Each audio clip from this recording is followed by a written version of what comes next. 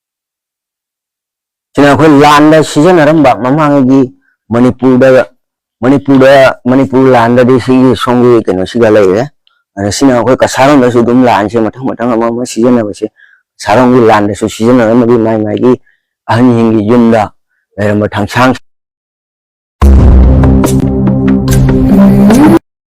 ꯃꯅꯤꯄꯨꯔ ꯂꯥꯟ ꯁꯣꯛꯅꯕꯗ ꯁꯤꯖꯤꯟꯅꯔꯝꯕ ꯑꯩꯈꯣꯏꯒꯤ ꯄꯥꯎꯅꯥ ꯕ꯭ꯔꯖꯕꯥꯁꯤꯒꯤ ꯄꯥꯎꯅꯝ ꯁꯥꯒꯩꯒꯤ ꯃꯣꯏꯒꯤ ꯃꯁꯨꯁꯤꯡꯅ ꯃꯁꯤ ꯊꯥꯡꯁꯥꯡꯁꯤꯃ ꯄꯥꯎꯅꯥ ꯕ꯭ꯔꯖꯕꯥꯁꯤꯅ ꯂꯥꯟꯗ ꯁꯤꯖꯤꯟꯅꯔꯝꯃꯤ ꯂꯥꯟ ꯈꯨꯗꯤꯡꯃꯛꯇ ꯅꯠꯇ꯭ꯔꯒꯁꯨ ꯂꯥꯟꯁꯤꯡꯗ ꯃꯥꯅ ꯄꯥꯏꯅ ꯁꯤꯖꯤꯟꯅꯔꯝꯃꯤ ꯍꯥꯏꯕꯒꯤ ꯀꯩꯅꯣꯗ ꯄꯤꯔꯛꯄꯅꯤ ꯁꯤꯃ ꯃꯔꯩ ꯁꯤꯒꯤ ꯊꯥꯡꯁꯥꯡꯁꯤꯅ ꯅꯤꯡꯊꯧ ꯀꯣꯅꯨꯡꯗ ꯏꯔꯥꯠꯊꯥꯡ ꯁꯤ ꯃꯇꯝ ꯁꯥꯡꯅ ꯃꯥꯡꯈ꯭ꯔꯕꯒꯤ ꯃꯇꯨꯡꯗ ꯀꯣꯅꯨꯡꯗꯒꯤ ꯃꯥꯡꯈ꯭ꯔꯕꯒꯤ ꯃꯇꯨꯡꯗ ꯏꯝꯐꯥꯜꯒꯤ ꯑꯗꯨꯝ ꯌꯥꯝꯗꯤ ꯍꯥꯏꯔꯔꯣꯏꯒꯦ ꯑꯗꯣ ꯃꯐꯝ ꯑꯃꯗꯒꯤ ꯐꯪꯕꯗꯒꯤ ꯃꯁꯤ ꯑꯩꯈꯣꯏꯅ ꯁꯤꯒ ꯄꯨꯔ ꯂꯥꯛꯑꯒ ꯏꯔꯥꯠꯇꯅ ꯊꯝꯖꯕꯅꯤ ꯑꯥꯗ ꯀꯩꯅꯣ ꯇꯧ ꯊꯝꯕꯗꯒꯤ ꯕꯤ ꯅꯤꯡꯊꯧꯅꯗꯤ ꯄꯥꯏꯔꯝꯕ꯭ꯔꯕꯁꯦ ꯂꯥꯟꯗ ꯂꯥꯟꯗ ꯄꯥꯏꯕꯩ ꯅꯠꯇꯦ ꯁꯤ ꯈꯨꯔꯝꯃꯝꯃꯒ ꯃꯁꯤ ꯂꯥꯟ ꯆꯠꯇꯣꯏꯁꯦ ꯁꯤ ꯊꯥꯡꯁꯥꯡꯁꯦ ꯄꯔꯊꯅꯥ ꯇꯧꯔꯝꯕꯩ ꯋꯥꯅꯤꯀꯣ ꯈꯨꯔꯝꯃꯒ ꯁꯤ ꯊꯥꯡꯁꯤꯅ ꯄꯋꯥꯔ ꯄꯤꯕꯅꯦ ꯌꯥ ꯊꯣꯟꯖꯔꯝꯃꯒ ꯕꯪꯀꯔ ꯁꯥꯒ